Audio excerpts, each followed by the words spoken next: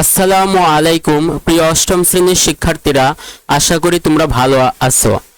ষান্মাসিক সামষ্টিক মূল্যায়ন 2024-এর বাংলা বিষয়ের প্রশ্নপত্রের সমাধান নিয়ে এসেছি। প্রিয় শিক্ষার্থী, তোমরা প্রশ্নপত্রটি লক্ষ্য করলে দেখবে এখানে কাজ ক জোড়ায় আলোচনা করে নিচে প্রশ্নগুলো করো।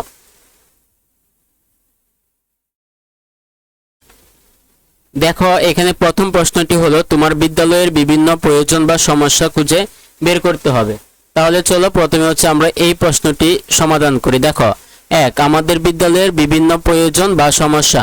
আর প্রিয় শিক্ষার্থীরা, আমরা এই প্রশ্নের উত্তরটি নেওয়া হয়েছে তোমার www.helptrickbd.com থেকে। প্রয়োজন বা সমস্যা: শ্রেণীকক্ষের আসন সংকট, পর্যাপ্ত খেলার মাঠের অভাব, বিজ্ঞানাগারের আধুনিক সরঞ্জামের অভাব, পাঠাগারের পরিসর বৃদ্ধি ও বইয়ের সংখ্যা বাড়ানো, পানীয় জলের পর্যাপ্ত ব্যবস্থা, শৌচাগারের সংস্কার। অর্থাৎ প্রথম যে প্রশ্নটি ছিল যে বিদ্যালয়ের বিভিন্ন প্রয়োজন বা সমস্যার কথা উল্লেখ করতে বলা হয়েছিল। প্রয়োজন বা সমস্যাগুলো হলো শ্রেণীকক্ষের আসন সংকট, পর্যাপ্ত খেলার মাঠের অভাব, বিজ্ঞানাগারের আধুনিক সরঞ্জামের অভাব, পাঠাগারের পরিসর বৃদ্ধি ও বইয়ের সংখ্যা বাড়ানো, পানীয় জলের পর্যাপ্ত ব্যবস্থা, শৌচাগারের সংস্কার ইত্যাদি সমস্যাগুলো উল্লেখ করা যেতে পারে। এরপর প্রশ্নটিতে বলা ছিল এসব প্রয়োজন বা সমস্যা নিয়ে কার কার সাথে যোগাযোগ করা যায় তার একটি তালিকা তৈরি করতে হবে। যোগাযোগের তালিকা: প্রধান শিক্ষকের সাথে যোগাযোগ করা যায়, সহকারী শিক্ষক, বিদ্যালয় পরিচালনা কমিটির সদস্যদের সাথে যোগাযোগ করা যায়, অভিভাবক প্রতিনিধির সাথে যোগাযোগ করা যায়, তারপর স্থানীয় প্রশাসনের সাথে যোগাযোগ করা যায়, বিদ্যালয়ের প্রাক্তন শিক্ষার্থীদের সাথে এ বিষয়ে যোগাযোগ করা যায়।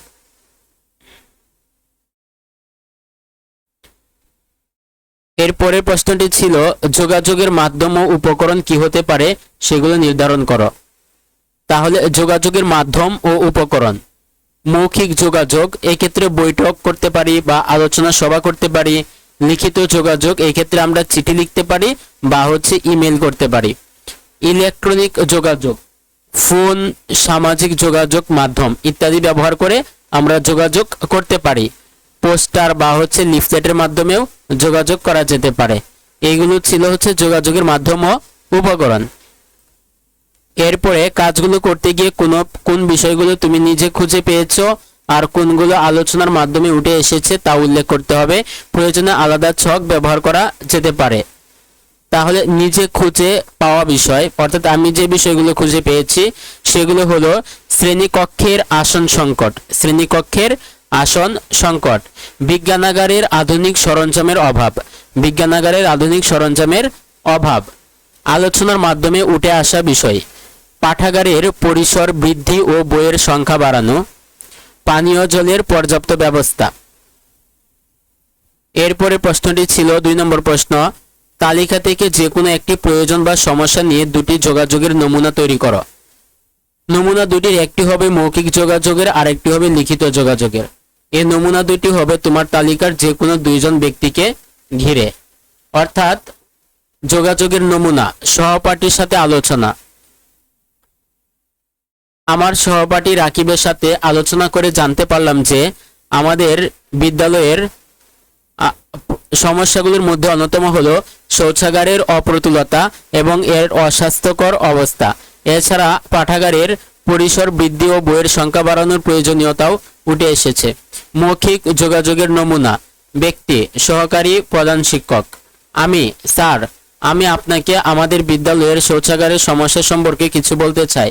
সহকারী প্রধান শিক্ষক: হ্যাঁ, বলো, কি সমস্যা হচ্ছে? স্যার, আমাদের বিদ্যালয়ের শৌচাগারগুলো খুবই অস্বাস্থ্যকর। এছাড়া শৌচাগারের সংখ্যা কম হওয়ায় শিক্ষার্থীদের অনেক সময় অপেক্ষা করতে হয়। এটি আমাদের জন্য খুবই অসুবিধাজনক ও স্বাস্থ্য ঝুঁকিপূর্ণ। সহকারী প্রধান শিক্ষক: আমি বুঝতে পারছি, এই বিষয়টি আমরা আগে থেকে জানি এবং এর সমাধানের জন্য চেষ্টা করছি।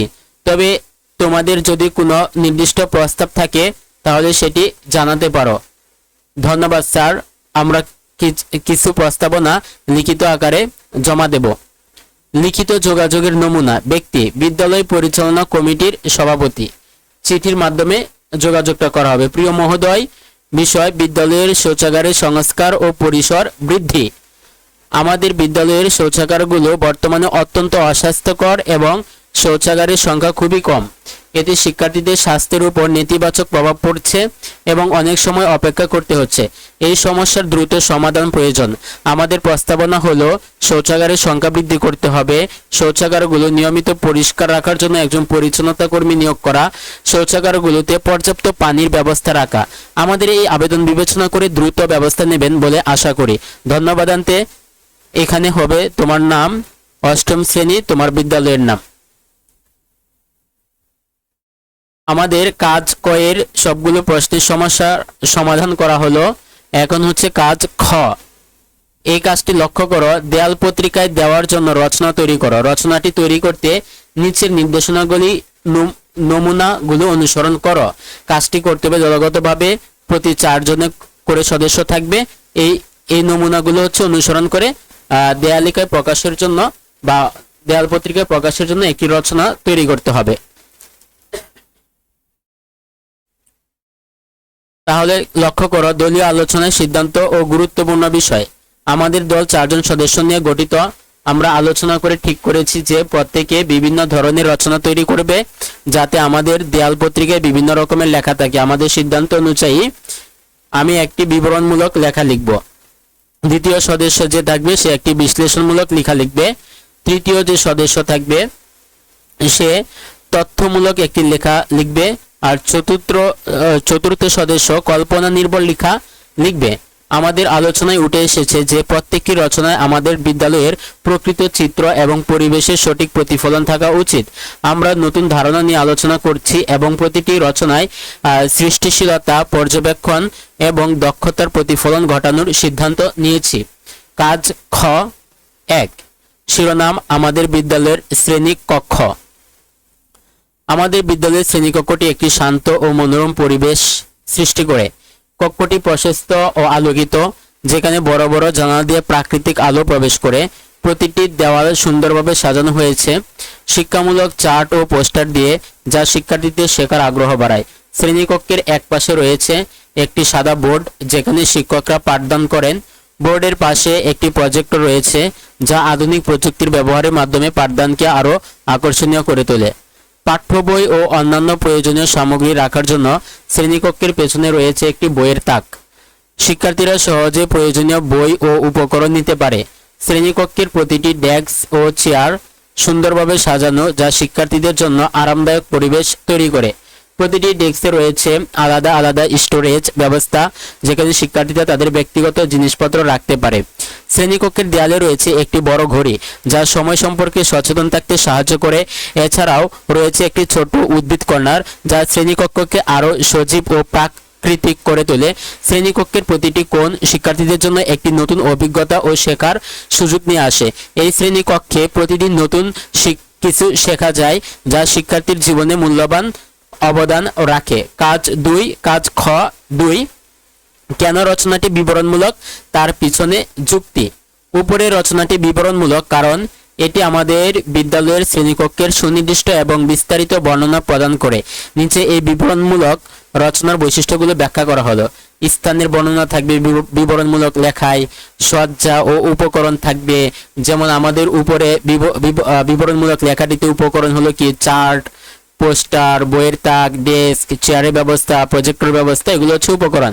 পরিবেশ বিদ্যমান থাকবে, শ্রেণীকক্ষে শান্ত মনোরম পরিবেশ, প্রাকৃতিক আলো, উদ্ভিদ কর্নার ইত্যাদি সবগুলি হচ্ছে কি পরিবেশের উপাদান। নান্দনিক দিক, শ্রেণীকক্ষের সজ্জা ও নান্দনিক দিক নিয়ে আলোচনা করা হয়েছে, যেমন ঘড়ি, উদ্ভিদ কর্নার ইত্যাদি। কার্যকারিতা, শ্রেণীকক্ষের বিভিন্ন উপকরণ যেমন প্রজেক্টর, সাদা বোর্ড এবং ডেস্কের স্টোরেজ ব্যবস্থা কিভাবে শিক্ষার পরিবেশকে উন্নত করে তা বর্ণনা করা হয়েছে। বিবরণমূলক রচনার মূল উদ্দেশ্য হলো পাঠককে একটি স্থান বা বিষয় সম্পর্কে সুনির্দিষ্ট ধারণা প্রদান করা। উপরোক্ত রচনায় শ্রেণীকক্ষের বিভিন্ন দিক এমনভাবে বর্ণনা করা হয়েছে যে পাঠক যেন কক্ষটি কল্পনা করতে পারে এবং সেখানে উপস্থিত থাকার অনুভূতি পেতে পারে। এই কারণে রচনাটি একটি বিবরণমূলক রচনা হিসেবে বিবেচিত। কাজ গতে বলা হয়েছিল প্রিয় শিক্ষার্থীরা, তোমার লেখা উপরের রচনার ভিত্তিতে এককভাবে নিচের কাজগুলো করো। সেই কাজগুলো হলো দুটি বাক্যের উদ্দেশ্য, বিধেয়, উদ্দেশ্যের প্রসারক ও বিধেয়ের প্রসারক চিহ্নিত করো। অর্থাৎ আমি যে উপরে একটি রচনা লিখেছি যেটি ছিল হচ্ছে মূলত বর্ণনামূলক রচনা, তো সেই রচনা থেকে যে কোনো দুটি বাক্যের উদ্দেশ্য লিখতে হবে, বিধেয় লিখতে হবে, উদ্দেশ্যের প্রসারক এবং বিধেয়ের প্রসারক চিহ্নিত করতে হবে। তারপরে যে কোনো 10টি শব্দ অভিধানের বর্ণনা ক্রমে সাজাতে হবে। অর্থাৎ ওই রচনা থেকে যে কোনো 10টি শব্দ নিয়ে সেগুলো হচ্ছে অভিধানের বর্ণনা ক্রমে সাজাতে হবে। তাহলে চলো শিক্ষার্থীরা উত্তরটি দেখি। কাজ হচ্ছে দুটি বাক্যের বিশ্লেষণ। বাক্য 1, শ্রেণীকক্ষের এক পাশে রয়েছে একটি সাদা বোর্ড যেখানে শিক্ষকরা পাঠদান করান। অর্থাৎ এই বাক্যটি হচ্ছে আমাদের কিন্তু উপরে যে বর্ণনামূলক লেখাটি লিখেছি সেখানে এই বাক্যটি আছে। হ্যাঁ, উদ্দেশ্য শ্রেণীকক্ষের এক পাশে, এই বাক্যটি মানে এটির উদ্দেশ্য হচ্ছে কি শ্রেণীকক্ষের এক পাশে। উদ্দেশ্যের প্রসারক শ্রেণীকক্ষের, এই উদ্দেশ্যটির যে প্রসারক সেটি হচ্ছে শ্রেণীকক্ষের, যেমন বিশেষ্য, প্রসারক, এক পাশে। ঠিক আছে। বিধেয় হচ্ছে কি রয়েছে একটি সাদা বোর্ড, এটি হচ্ছে বিধেয়, মানে হচ্ছে কি বা অতিরিক্ত অংশটুকু হচ্ছে কি বিধেয়, রয়েছে একটি সাদা বোর্ড। বিধেয়ের প্রসারক হচ্ছে যেখানে শিক্ষকরা পাঠদান করেন। অর্থাৎ এখানে যে অতিরিক্ত রয়েছে সাদা বোর্ড, এটি হচ্ছে বাক্যের অতিরিক্ত অংশ, এবং এটির সাথে এরও আরো অতিরিক্ত অংশ হচ্ছে যেখানে শিক্ষকরা পাঠদান করান। অর্থাৎ একটি সাদা বোর্ড মানে এই সাদা বোর্ডের আরো বিস্তারিত বোঝাচ্ছে হচ্ছে কি যেখানে শিক্ষকরা পাঠদান করান। অর্থাৎ কোথায় পাঠদান করান? এই বোর্ডে। তার মানে এই বোর্ড, একটি সাদা বোর্ডের যে অতিরিক্ত অংশ সেটি হচ্ছে যেখানে শিক্ষকরা পাঠদান করান, তাই এটি হচ্ছে বিধেয়ের প্রসারক। অর্থাৎ এটি হচ্ছে বিধেয়, এই বিধেয়কে আরো আমি প্রসারিত করলাম বা আরো গুণে গুণান্বিত করলাম বা তার যে কাজটা আছে সেটা ব্যাখ্যা করে বুঝালাম। তো সেজন্য সেটা হচ্ছে কি বিধেয়ের প্রসারক, যেখানে শিক্ষকরা পাঠদান করান, যেখানে ক্রিয়া বিশেষণ, শিক্ষকরা বিশেষ্য, পাঠদান হচ্ছে কি বিশেষ্য, করেন হচ্ছে কি ক্রিয়া। তার মানে এই বিষয়গুলো যেখানে থাকবে সেটা হচ্ছে কি বিধেয় প্রসারক। বাক্য হচ্ছে 2, দেখো প্রতিটি ডেস্কে রয়েছে আলাদা আলাদা স্টোরেজ ব্যবস্থা যেখানে শিক্ষার্থীরা তাদের ব্যক্তিগত জিনিসপত্র রাখতে পারে। ঠিক আগের মতো একটি বাক্য, খেয়াল করো, আলাদা আলাদা স্টোরেজ ব্যবস্থা। কি ব্যবস্থা? আলাদা আলাদা স্টোরেজ ব্যবস্থা, এবং সেখানে শিক্ষার্থীরা কি করতে পারে? যেখানে শিক্ষার্থীরা তাদের ব্যক্তিগত জিনিসপত্র রাখতে পারে। তাহলে খেয়াল করো এখানে উদ্দেশ্য হচ্ছে কি প্রতিটি ডেস্ক, উদ্দেশ্য কি প্রতিটি ডেস্ক। উদ্দেশ্যের প্রসারক হচ্ছে প্রতিটি, যেমন বিশেষণ ডেস্কে, হ্যাঁ প্রতিটি ডেস্কে, এটা হচ্ছে উদ্দেশ্যের প্রসারক। বিধেয় রয়েছে আলাদা আলাদা স্টোরেজ, আলাদা আলাদা স্টোরেজ রয়েছে, এটি হচ্ছে বিধেয়। বিধেয়ের যে প্রসারক সেটি হচ্ছে এই যে যেখানে শিক্ষার্থীরা তাদের এই যে বিধেয়ের সম্পর্ক মানে বিধেয় সম্পর্কে যে অতিরিক্ত তথ্য থাকবে সেটি হচ্ছে বিধেয়ের প্রসারক, যেখানে শিক্ষার্থীরা তাদের ব্যক্তিগত জিনিসপত্র রাখতে পারে। যেখানে হচ্ছে ক্রিয়া বিশেষণ, শিক্ষার্থীরা হচ্ছে বিশেষ্য, তাদের হচ্ছে সর্বনাম, ব্যক্তিগত হচ্ছে বিশেষণ, জিনিসপত্র হচ্ছে বিশেষ্য, রাখতে পারে, এটি হচ্ছে ক্রিয়া। তাহলে 10টি শব্দ অভিধানের বর্ণনাক্রমে সাজানো হলো। যেমন আমাদের যে বর্ণনামূলক রচনাটি ছিল সেখান থেকে আমরা 10টি শব্দ নিব যেগুলো হচ্ছে অভিধানের যে বর্ণক্রম আছে সেই বর্ণক্রম অনুযায়ী সাজানো থাকবে। অভিধানের বর্ণক্রমের প্রথম অক্ষরটি থাকবে হচ্ছে অ, তারপরে হচ্ছে আ। তাহলে আমরা আমাদের বর্ণনামূলক রচনাটি থেকে আলাদা শব্দটি নিলাম। ঠিক আছে, এই আলাদা হচ্ছে কি অবশ্যই উদ্ভিদ এর রস্য থেকে আগে থাকবে। উপকরণ, তারপর হচ্ছে আচ্ছা উদ্ভিদ আর হচ্ছে উপকরণ।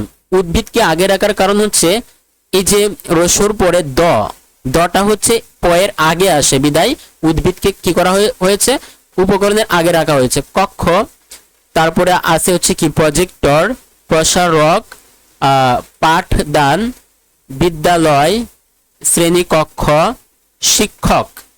এই শব্দগুলো হচ্ছে আমরা যদি অভিধানে দেখি তাহলে এগুলোকে বর্ণনা ক্রম অনুযায়ী এভাবে দেখতে পারবো। সবার এই 10টি শব্দের সবার আগে আমরা হচ্ছে আলাদাকে খুঁজে পাবো, তারপরে উদ্ভিদ খুঁজে পাবো, তারপরে উপকরণ খুঁজে পাবো, তারপরে কক্ষ, প্রজেক্টর, প্রসারক, পাঠদান, বিদ্যালয়, শ্রেণীকক্ষ, শিক্ষক।